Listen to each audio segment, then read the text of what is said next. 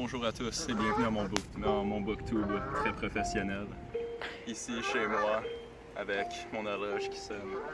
Alors mon livre est 2001, l'Odyssée de l'espace par Arthur C. Clarke. Arthur C. Clarke, pour en parler un peu, était un beau écrivain, maintenant il est mort. Il est né le 16 décembre 1917 à Minehead, au Royaume-Uni. Il a travaillé comme présentateur de télévision et il a été un scientifique et ingénieur pour plusieurs affaires, dont l'océan. Ouais, très intéressant comme personne. Il a créé des satellites et shit. Un résumé du livre, nous avons au tout début des hommes-singes, et puis un de ces hommes-singes-là, je pense que c'est Guetteur de nuit, oui. Il se promène dans la faune et il trouve un très gros prisme transparent. Il le touche et il commence à triper bien raide. Et il voit plein d'affaires, on dirait qu'il a pris de la LSD. Mais c'est pas ça qu'il a pris, il a juste touché un prisme. Et là, il apprend qu'il peut utiliser son environnement pour tuer des choses et évoluer. Alors le lendemain, il y a quelqu'un qui le fait chier, donc il prend un crâne et il le tue. C'était le tout début de l'homme moderne qui utilise des instruments pour progresser dans la nature. Ensuite, on fait un flash forward dans le futur. On est sur la Lune et les humains, en 2001, trouvent un autre prisme. Ce prisme-là, on ne sait pas ce qu'il fait, mais quand il a vu la lumière du Soleil, ça a envoyé un signal vers Saturne, une lune de Saturne. Et là, il y a une expédition qui se fait avec mon meilleur ami, David Bowman et Frank Poole, et genre d'autres dudes congelés. Et ils partent vers là sans vraiment savoir c'est quoi leur mission. Là, il y a plein de péripéties qui se passent, et long story short, tout le monde meurt sauf David, parce qu'il y a un ordinateur qui les a tous tués. Voilà. En arrivant sur Saturne et sa lune, David voit un très grand prisme qui est genre... En tout cas, il est très gros, genre plusieurs kilomètres de large. Et il se fait aspirer dedans. Là, David, comme son prédécesseur homme-singe, Guetteur de nuit, il y a des millions d'années, commence à voir plein d'affaires et il voit l'univers au complet. Il voit l'univers et il voit des civilisations qui ont existé, dont les civilisations qui ont placé ces prismes en premier lieu.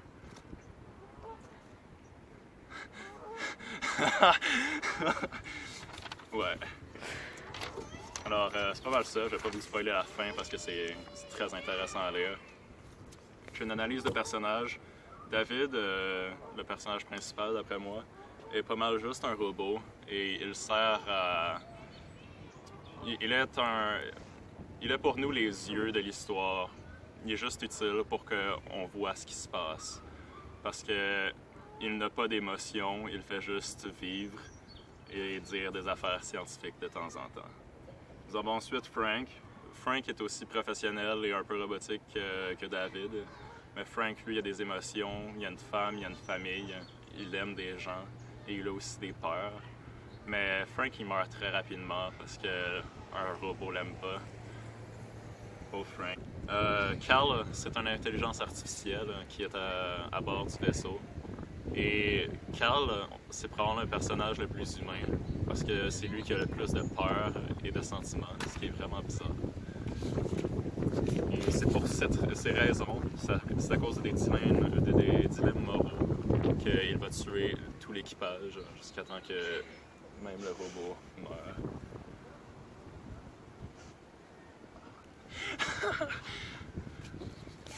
C'en est tout pour l'analyse. Le thème de cette histoire, c'est entre autres le voyage dans l'espace, mais c'est encore plus loin que ça. C'est l'évolution de la mentalité, du psychologique et du physique de l'homme et de tout ce qui le précède et ce qui est après. Et les monolithes, ça aide à ça et on peut apprendre plein d'affaires sur le cerveau. C'est magnifique. Les procédés littéraires, on a beaucoup de comparaisons. Par exemple, on dit qu'il y a des poutrelles brisées, des parois luisantes qui avaient été arrachées comme de la peau. Ça donne une très belle image, d'après moi. J'ai pu visionner ce livre comme si c'était un film. Le registre de Langres est soutenu, entre autres à cause qu'Arthur C. Clarke était lui-même un scientifique et était dans plusieurs communautés spatiales et scientifiques. Par exemple, on peut lire il suivrait une ellipse de 2 millions de milles. Très scientifique, quant à moi. Mon appréciation du livre. J'ai beaucoup aimé ce livre, même s'il était court. Il faut encore que je lise. Je pense qu'il y a 2 autres livres après. Mais oui. Maintenant, pour mon appréciation de ce récit. D'après moi, et pas juste d'après moi, d'après plein de gens qui ont fait des reviews sur ce livre-là. Désolé pour mon anglicisme. Ça a inspiré des centaines et des centaines d'histoires et de films, de livres sur l'espace. Ça a écrit un précédent, ça a écrit une base sur laquelle construire d'autres univers, tellement c'était magnifique et bien construit. Alors ça c'est mon premier argument. Ensuite, j'ai le thème de l'histoire. Sorry. Le thème de l'histoire qui est sur l'évolution. Et je pense que le livre, et surtout l'auteur, Arthur C. Clarke, a donné la possibilité au lecteur de se poser plein de questions sur des concepts auxquels il est difficile d'avoir des réponses. Mais ces questions-là, moi, je me les ai posées et j'ai beaucoup aimé me les poser parce que ça faisait fonctionner mon cerveau. J'ai adoré. Alors, merci à tous. Et je voudrais dire à Samuel s'il voulait aller au bal avec moi. Merci.